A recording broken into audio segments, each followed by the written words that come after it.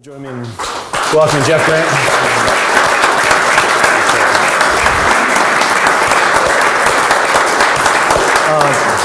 We're delighted you're here. Have a seat, make yourself comfortable. What we're going to do is, as you know, just have a little conversation. At some point, by the way, we'll welcome everyone else to join in our conversation. We'll have a little Q&A.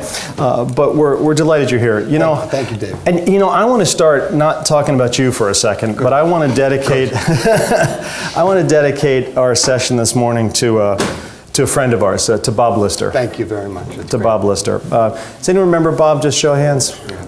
He was he died a couple years ago, very sadly, unexpectedly, and to many of us, he was sort of embodied he was one of these salt and earth kind of guys, right? Beautiful man. He wasn't going to be in the front page of Who's Who. You know, he had his successes, he had his failures, but he was an anchored guy.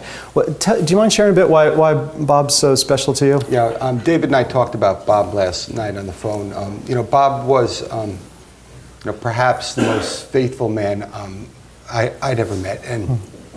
You know, he was a deacon at Christ Church, and you know, our ministry has been welcomed into Christ Church Greenwich here, and you know, long before I was led to Christ.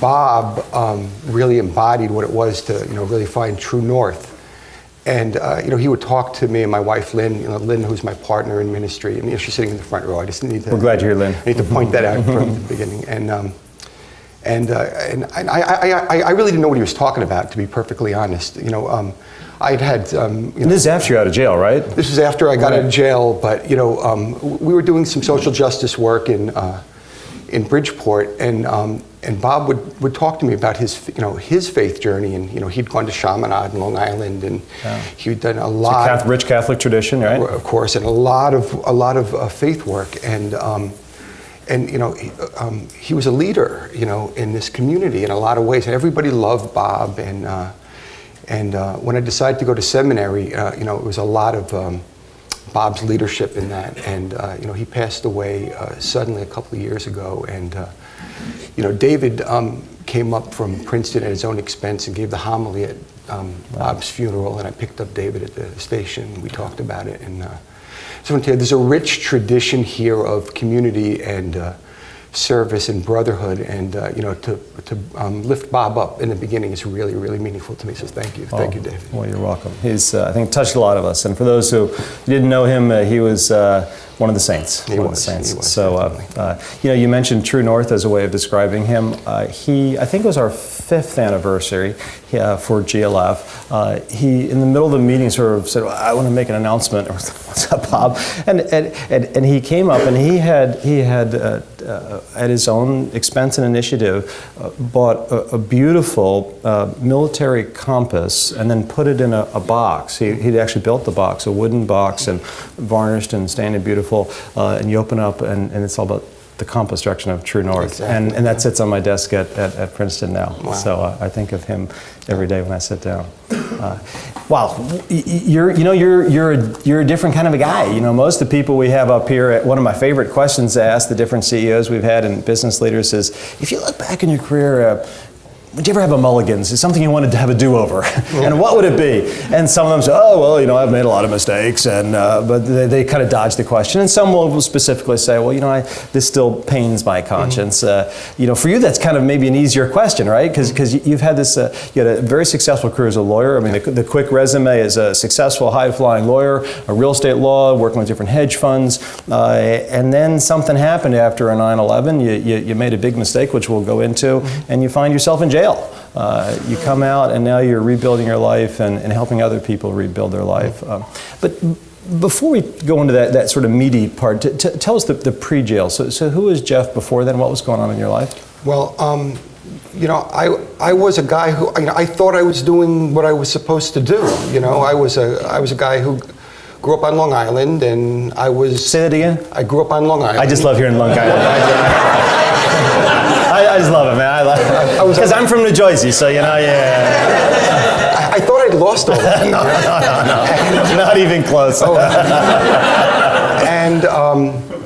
And you know, part of the problem was I never lost the kind of swagger. You know, I never lost the you know, I thought I was doing what I was supposed to be doing. You know, I went to college and law school, and I got to tell you, the first 10 years of being a lawyer were kind of fulfilling. You know, I helped a lot of people, and I got the kind of letters from people. Jeff, you're doing, you know, you're helping our families and things. But at some point, things were growing very rapidly, and kind of keeping up with the mortgage became more important than helping people. And then what happened was, in 1992, I had a sports injury. You know, I ruptured my Achilles tendon, and then I got prescribed Demerol, and something happened. You know, it wasn't like that I loved it, but I loved it. You know, you know, it wasn't not like it wasn't a behavior. It was like a biological thing. Right. My body just craved it. Right. And for the next 10 years, I was addicted to it. There was nothing, almost a day didn't go by where I didn't need that more than I needed anything. The love of my family, my responsibilities towards my law firm. And it was really insidious what happened, because... Let me just pause right there. I mean, that's kind of what an addiction is about, isn't it? Where your mind, your intellect, your will, all that is superseded by this biological, psychological craving, right? Well, you know, I can really only speak for me and like the people who I've touched or who have been touched, you know, by me. Right. Yeah, but that's what I've seen. You know, I saw my life deteriorate, and I can tell you that. Did you know it midstream? Like sometimes you could step out and say, like, whoa, that was stupid, what am I doing? Or had you kind of sort of bought into a rationalization? You know what I mean? There was a lot of rationalization. I can tell you day by day, though it was impossible to tell, but if I looked at like any slice of 2 years or 5 years, it would have been obvious. Right. But I was trapped in it. And so I stopped showing up for client meetings. I was doing things a lot differently than, you know, the quality of my work deteriorated. And how about your family life? Because you were married at the time? I was married at the time. 2 girls? With 2 daughters. Right. Yeah. And I mean, I did my best to provide for them, and you know, I showed up in ways that now you know, then they didn't know. You know, I was a master at deception. I was living 2 lives. You know, and I found out since then, in dealing with a lot of mostly men, you know, that's a standard. You know, you kind of like hide it. Yeah. And most of the women, because statistically this is mostly a male problem. I mean, in terms of white collar crime and things like that, it's mostly a male problem. But this compartmentalization talking about is fascinating. We talk about it a lot with my students, and it's separate from the addiction question. Yeah. But even if one doesn't have an addiction issue, that the ability to compartmentalize our life is huge. I mean, how many of us? I mean, in this room, that's what we talk about a lot. That we go into the game and we do what we do on Monday, and then on the weekend we kind of regroup, or in the evenings, almost living these parallel lives. And then you add to it an addiction issue, right? Yeah, but if you look at photographs of me back then, I was a wild man. I was 285 pounds. Really? Oh yeah, I was, disheveled. I looked like a drug addict, but I guess anyone who was with me at the time, I mean, I was a publicly elected official. I was on a school board, and on TV at night, on cable TV, I would wear sunglasses, and people just thought it was part of my thing. It's ridiculous. Yeah, shtick. Yeah, but I was a fun, loving, happy guy. But it was I was in the throes of addiction, and then literally what happened one day, my business, I think because I became a risk taker in really unnatural ways because of the disinhibiting effect of the painkillers. And then what happened, as this business was growing wildly, I was like, I didn't have cash controls and things like that. And one day I couldn't make payroll. And I told my office manager. Because you had, about 30 people in your firm? At that point I had 25 or 30 people in the firm, and I was general counsel to some of the largest real estate companies in New York metro area. It was big. Yeah. And I told my office manager to go into the client escrow funds. And it was an insane act, and she knew it, and she checked me. She said, "This is not normal. Are you sure this is what you want to do?" And from the minute I did it, life went from being very high to hiding. There was an investigation by the ethics board in New York. I had when that happened, my drug use really spun out of control. So instead of it being kind of a wake-up call to stop the behaviors, it actually went even worse. In other words, it got worse, and then when 9/11 happened, I somehow took it very, very personally. I'm not quite sure why, but my drug use ramped up, and I stopped accepting new clients. I knew the end was coming, and pretty soon these commercials started coming on the radio from FEMA that if your firm was affected by 9/11, you could apply for a loan. And I called them up, and I said my firm at that point was in complete disarray. I had been. And I called them up and I told them what the situation was, and of course I didn't tell them about the drugs. And, good enough, right? Yeah, I would imagine it's and they said I would qualify. Just get my coffee here. Yeah. And I was approved, and nonetheless, kind of fueled by what was insanity and drugs and desperation, really, I embellished the loan, and I got the loan. And nonetheless, approximately 6 months later, there was no way to save anything. And I called up my ethics attorney, and I told him to throw in the towel. And I got one last prescription for the drugs, and that night I swallowed the entire bottle, and I tried to kill myself. Wow, I did not know that. My gosh. Yeah, it was it was bad. A few days later, I woke up in Silver Hill Hospital in New Canaan, and that's where my new life began. Wow, wow. You know, I'm riveted when you say that, but you think of makes me think of the Christian claim that to gain your life, you have to lose your life. Yeah. Is what Jesus talks about. Yeah. And it sounds like you had that, not metaphorically, but literally. Yeah, I mean, I was very serious about it at the time, but on the other hand, honestly, David, I was just so racked with guilt and shame and drug use that, it's hard for me now to it's hard to imagine like where I was now, and the only way I've really learned about it is having been ministered to well over 100 guys in similar situations since then. It's really been a self-revelatory experience for me to learn just how sick I was. I mean, it's nice for me to sit here now and say like I'm being helpful to others, but the reality is that I'd say I gain just as much towards my own self journey, and we talk about that all the time. I mean, there's always it's a miracle that I've really found myself in the process. Wow. Yeah.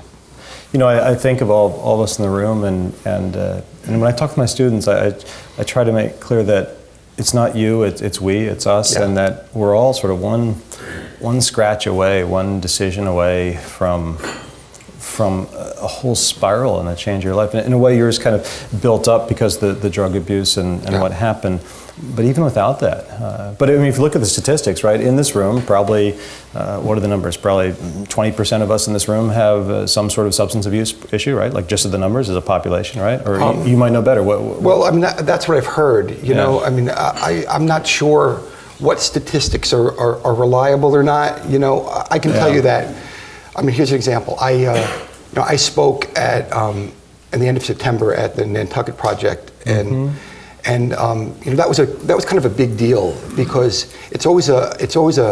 And say in a sentence what the Nantucket Project is for those who don't know. Nantucket Project is a conference that kind of rides in Nantucket, and it's put on by some local Greenwich people, by the way, and it kind of rides a line, but it's kind of like TED or Aspen Institute, and it kind of rides the line between spirituality and tech and New Age thinking, and it's a really good platform for people who really care about where the world is going, and I had to decide in advance whether I was going to out myself, as to all of the issues we're talking about now, but also as an alcoholic and as a drug addict, and I had to decide that my role as a minister, what came first, And P.S. we'll come to that, but you're an ordained minister. Well, I'm not ordained yet, okay. but I'm on ordination track. Good, okay, right. But gone to seminary. Yeah, I've been. Got the sheepskin. Right, yeah. exactly.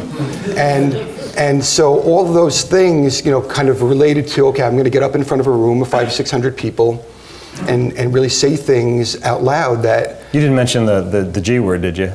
Oh, yeah. Whew. Oh, yeah. God got there? Yeah. Wow. Yeah, and it was a tough call, too, because... to many people, I look a lot more like a lawyer than I do a minister, and I'm not a lawyer anymore either. So Jim, what do we think of that? I don't know, Eric.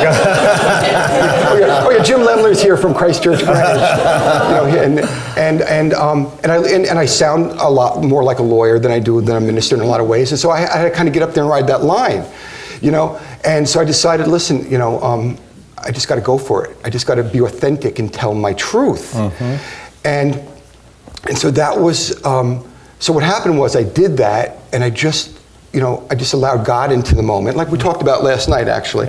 And then what happened was, when, Lynn and I were at that conference for the next 2 days, because I was blessed to be put on the first night, because I think they just wanted that kind of message the first night. There were only 5 speakers the first night, and believe me, that was a little freaky for me.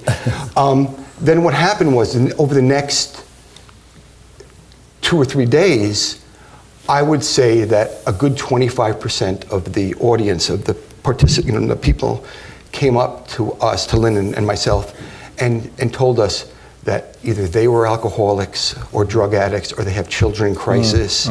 We were inundated with people's stories of their families and their brokenness and what's really going on. And this is an affluent crowd. I mean, these are people who could afford tickets there. And since then, we've gotten emails and messages, and it's like Lynn and I, we went back to our room and go, what's going on in this country, where people are pretending to be okay, but the reality is that maybe okay is just admitting what's really going on. Isn't it okay just to say we cry, or our kids are in rehab, and my kid made it through the first year of Dartmouth and then couldn't go back in September because she had a nervous breakdown. I mean, these are the stories we're hearing, and it's like a really touching thing that people all of a sudden felt safe enough with us because somebody bared their truth. And so then it was, and the theme of that project, of the Nantucket Project, and not that I was unique, believe me, because the theme in a lot of ways was about people telling the truth. And that's also one of the things I admire about the Greenwich Leadership Forum, because I've been here a bunch of times. I've been in, I sit in, I obviously don't sit up here, is that people talk about their brokenness. And so that's why I was, interested in coming here to talk about that.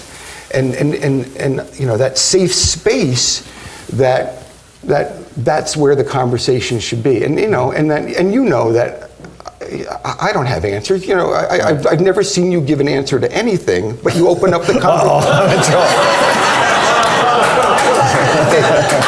But I so admire you opening the question up. Oh, thanks. Yeah. Well, I'm going to ask a question then. I wasn't expecting that. This is about you, not me. Come on. Hold off.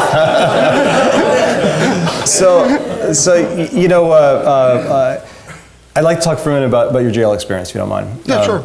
And I know you have a book coming out about this. It's sort of how to prepare for going to jail is not the title, but that's sort of the thrust of it. Well, it's part of it. Yeah, kind of tips of how to survive, because even if you're in a minimum security place, the reality is jail has a different set of rules, and there's different things going on. Tell me a bit about the difference between, and now you're doing, some of you may know, Jeff's doing terrific work with a few different projects for people when you get out of jail. Like, that's when your life really begins. And John Santa and some others just doing terrific things. Yeah. But tell me, what have you learned from non-white collar criminals? So you're doing work with those as well as people that are in this room. What have you learned from someone that maybe before you just had no clue about their existence, and now they're your buddies, right? Well, it's what can we learn from a non-white collar criminal? Well, I would say that almost everything. The strange thing about this project is that in Greenwich or in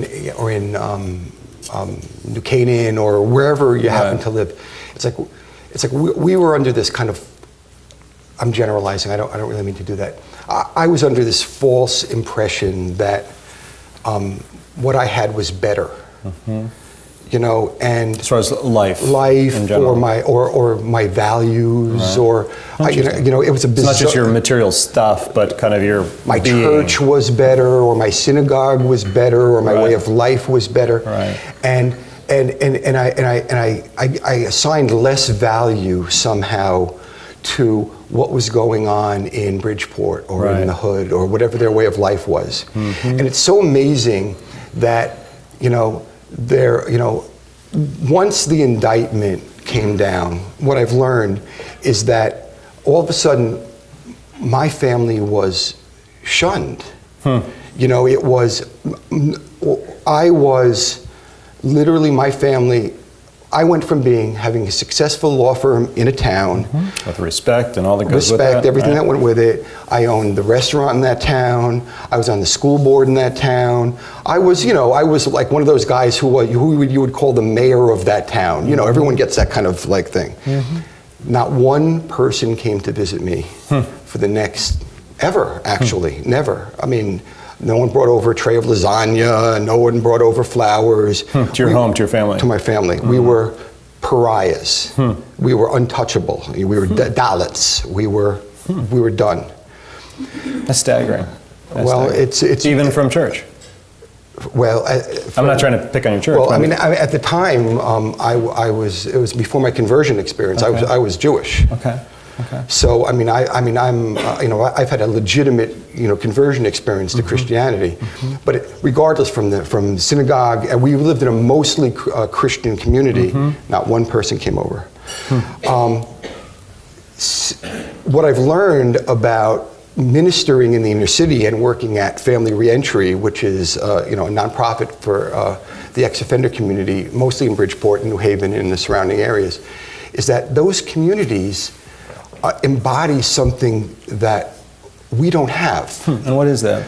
Well, they've rallied around suffering in ways that we don't really understand. And what would be a tangible example? Can you tell a story of something you saw or experience? Well, for example, what the black church, for example, is beautiful, and it's real, and it's really brought together, from years or generations of suffering. Mm-hmm. It's like we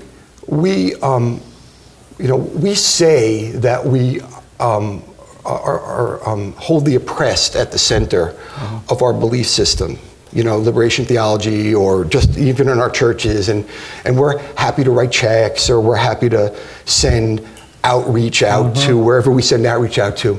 But these are communities that are formed basically in suffering and oppression, and they actually, what we consider outreach, they consider inreach. Do they welcome it, or is it bothersome? It's just embodied. It's just there. Okay. It's there. It's part of the story. When they're hungry, it's inreach. It's like, when they're hungry, they feed one another. When we consider to have a food pantry, they are starving. They need food, right. And so I'm a minister in a black church in the inner city in Bridgeport, and on a Sunday morning, my wife literally goes under before church.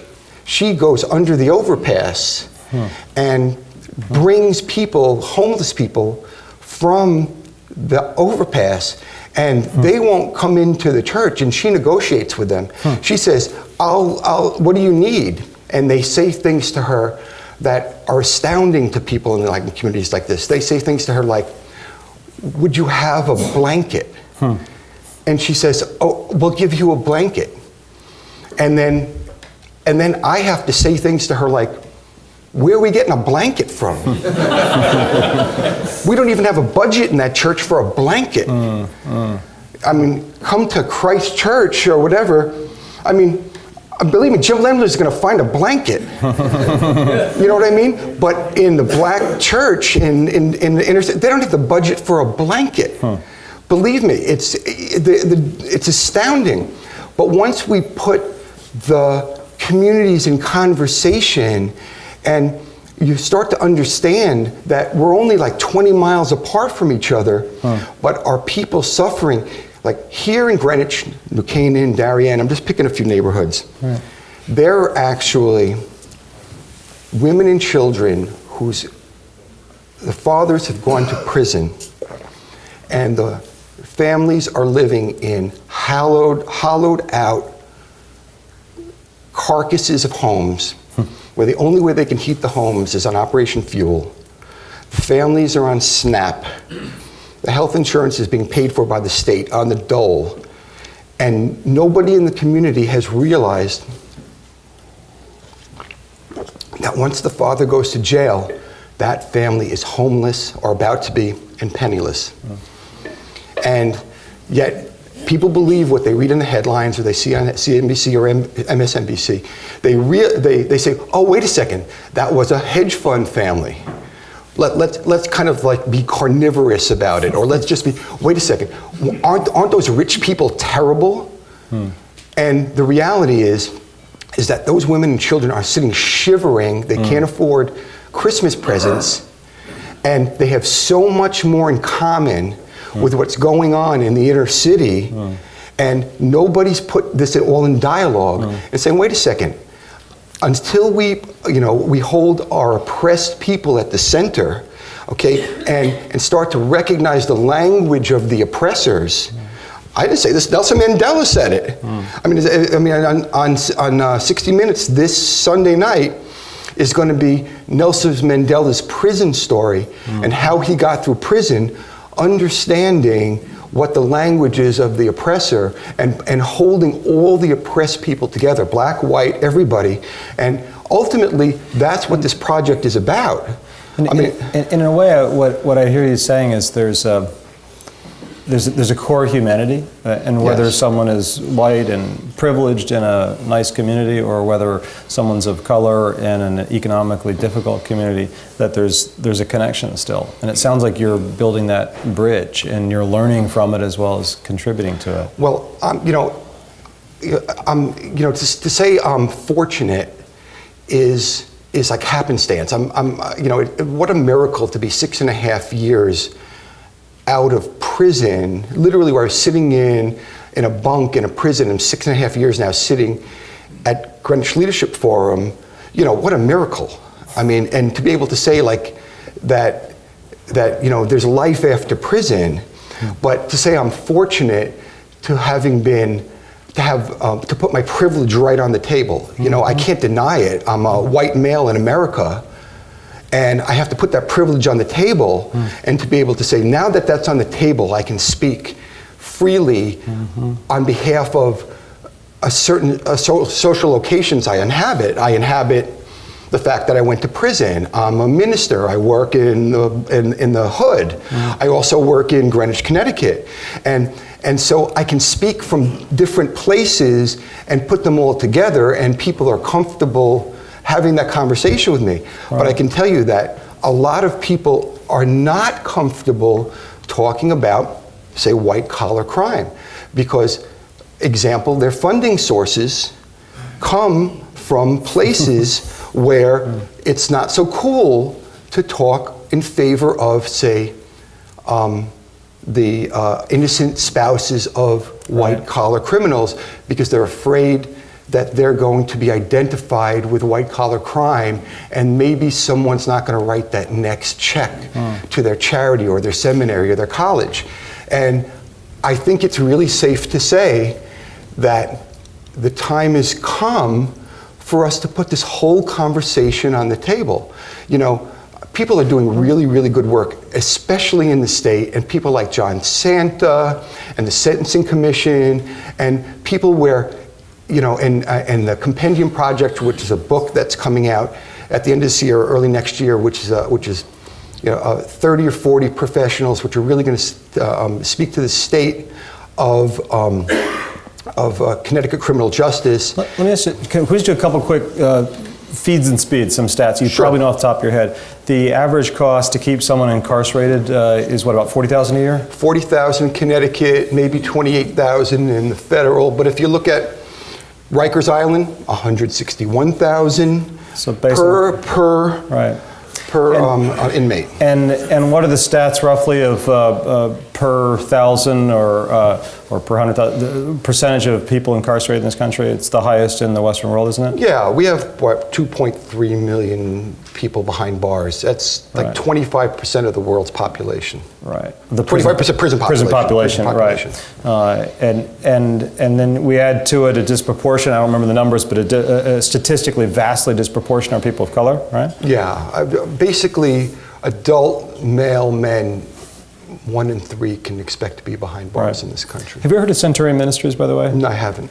There's when you're talking about one of the people is one of my heroes, a guy named Jim McCluskey down in Princeton. He was former insurance executive, Vietnam War veteran, if anything, as sort of as Republican conservative as they come, and he has changed his life, goes off to seminary, and during his seminary internship, he worked at one of the Jersey prisons, and as sort of an internship, a field ed, and met a guy in death row who said he was innocent. Like, well, everyone says they're innocent, right? And he didn't believe it, but he actually becomes persuaded of the guy who's telling the truth. And he sells all of his assets, takes a year off from school to help defend the guy, and turns out the guy was factually innocent and helps with it. So he's now started something called Centurion Ministries, and you might remember in the Gospel of Luke, the centurion standing at the foot of the cross says, surely this man was innocent. Yeah.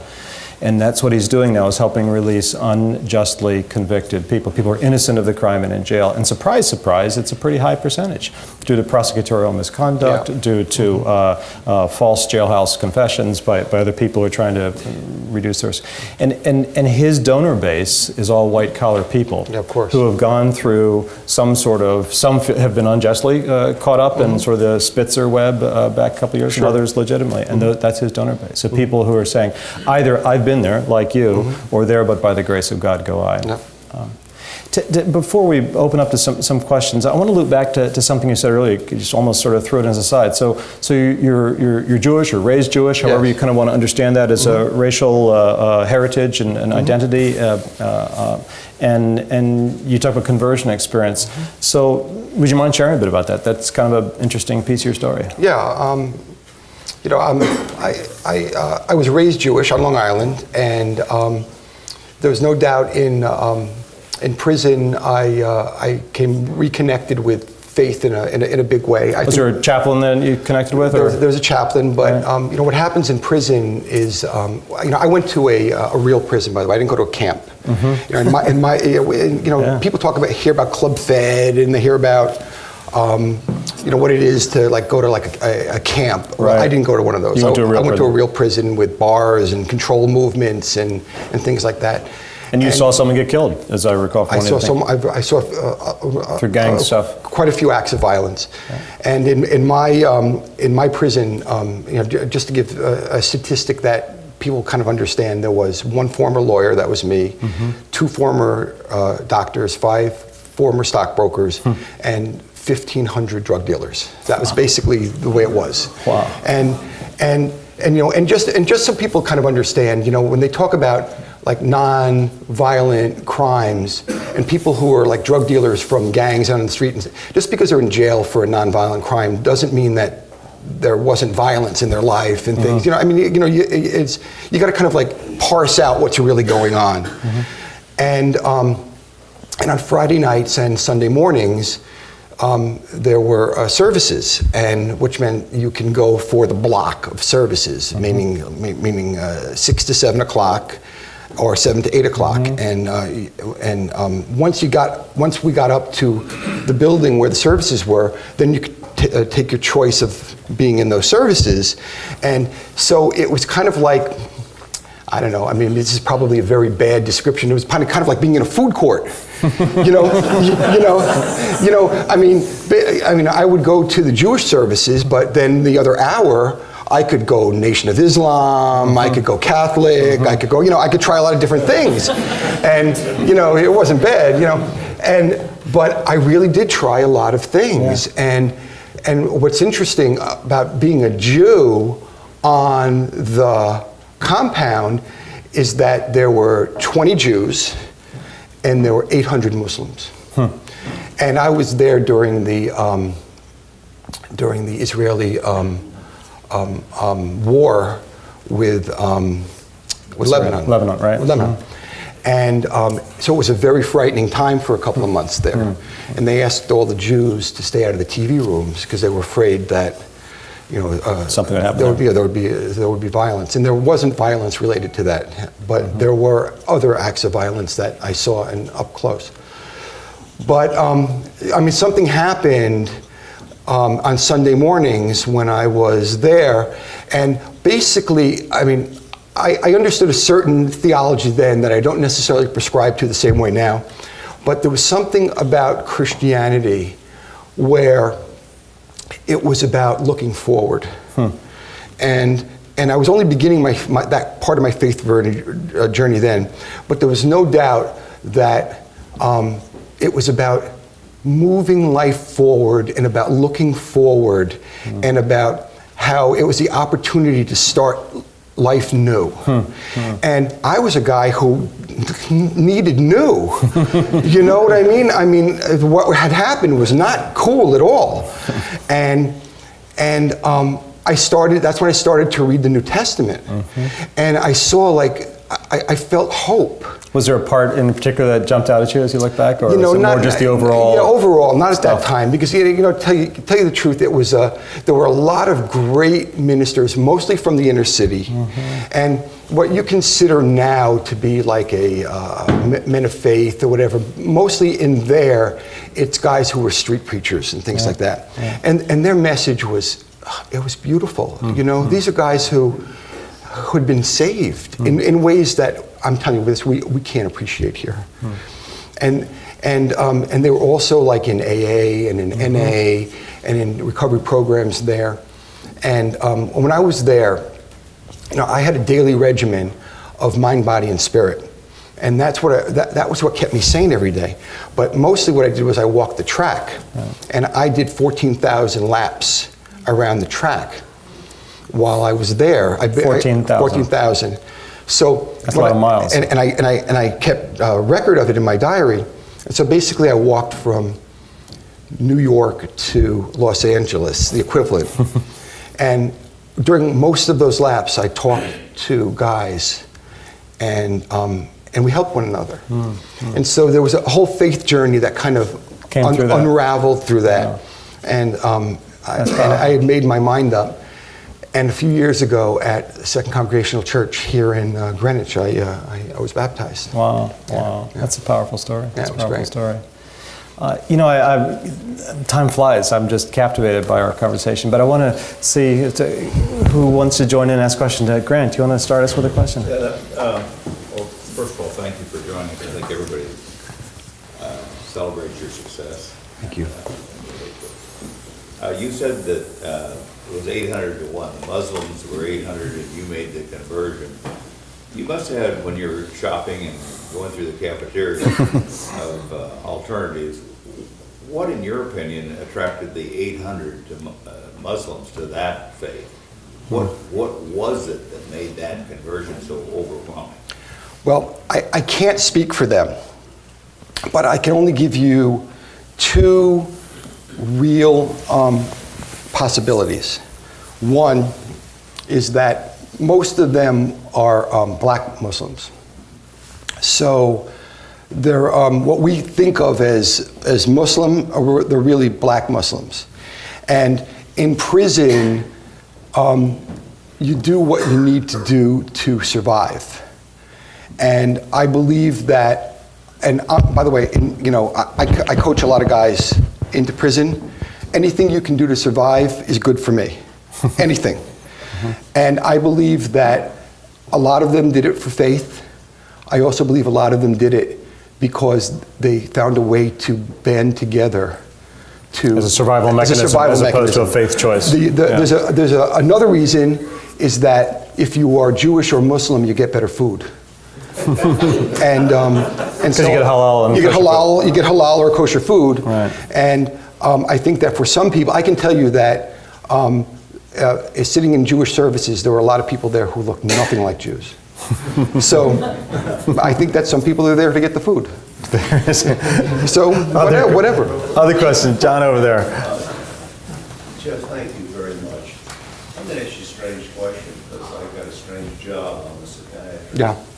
You seem, and this may be totally bizarre, the happiest perhaps you've ever been in your life after what you've been through.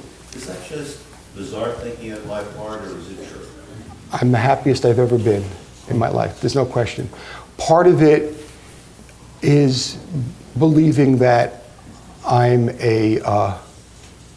honestly believing I'm a vessel, and that for whatever God's message is for me on any particular day. Part of it is finally knowing that the weight, whatever the weight of the world was on my shoulders, just isn't there anymore. I don't really have I don't have a real good explanation for it other than that I just feel like I've hit my bottom, and that whatever, it's a journey. You know what I mean? It's like a journey. And I don't put judgment on it, or I try not to put judgment on it. It's like any day is its own, and if it's, it used to be like, this is a good day or this is a bad day, and like every day now it's like kind of cool. You know what I mean? It's like it's just gonna happen, and that's it. I hope that's a good answer. A vessel. That's Thanks. wonderful. John, did you want? Yeah. Great presentation, great information. I would just like to hear your comment about having your life, and as you said, you're happiest at the moment. Just this week, there's been a story in the news about this kid who was 17 who drove drunk and killed two or three people in a family, and his defense was affluenza, that it was because he was rich and didn't know that he was supposed to do things.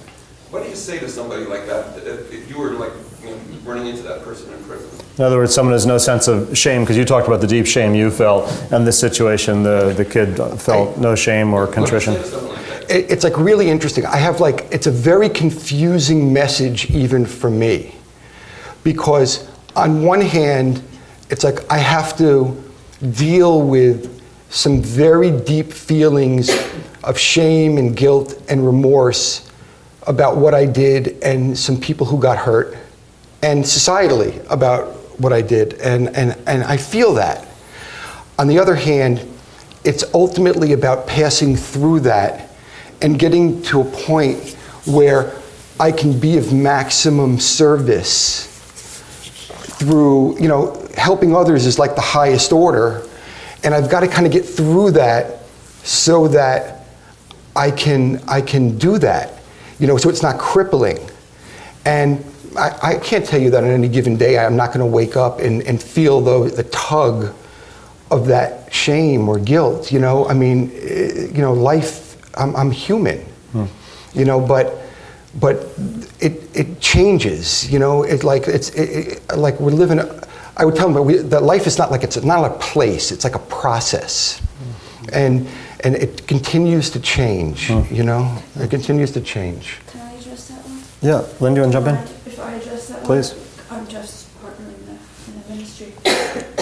My feeling about your question is I have found in working with these people who have committed crimes, every single person who commits a crime is sick and suffering in some way.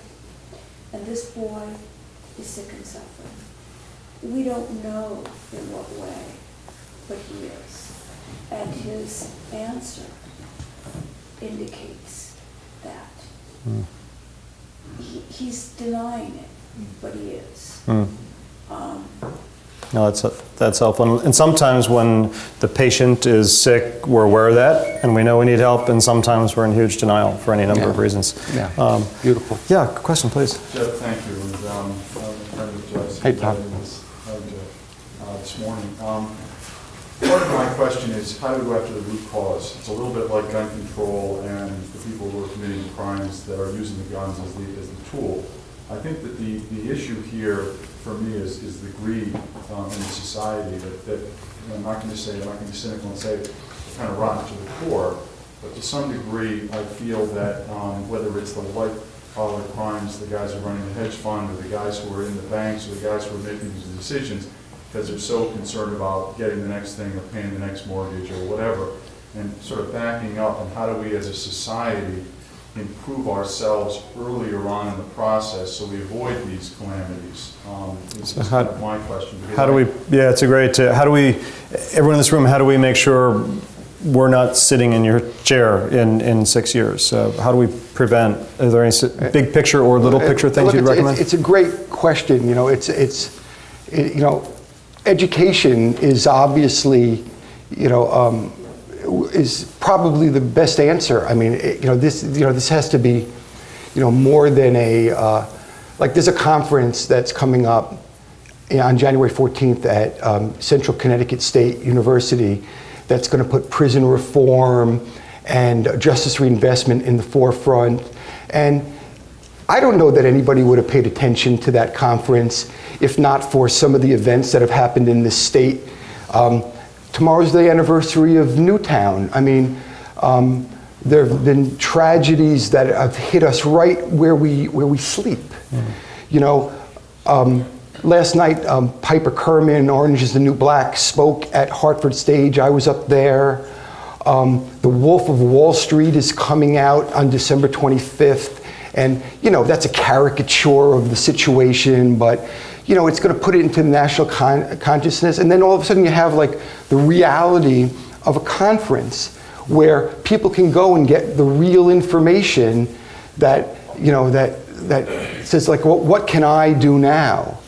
You know, I mean, and then you take, like a ministry that's starting, you know, where I'm really proud. Let me tell you the truth, Tom. I'm really proud that a town like Greenwich and a church like Christ Church Greenwich has kind of stepped up and said in a faith community that we recognize this problem in our midst and we're going to do something about it. I mean, that's a miracle. It's a miracle.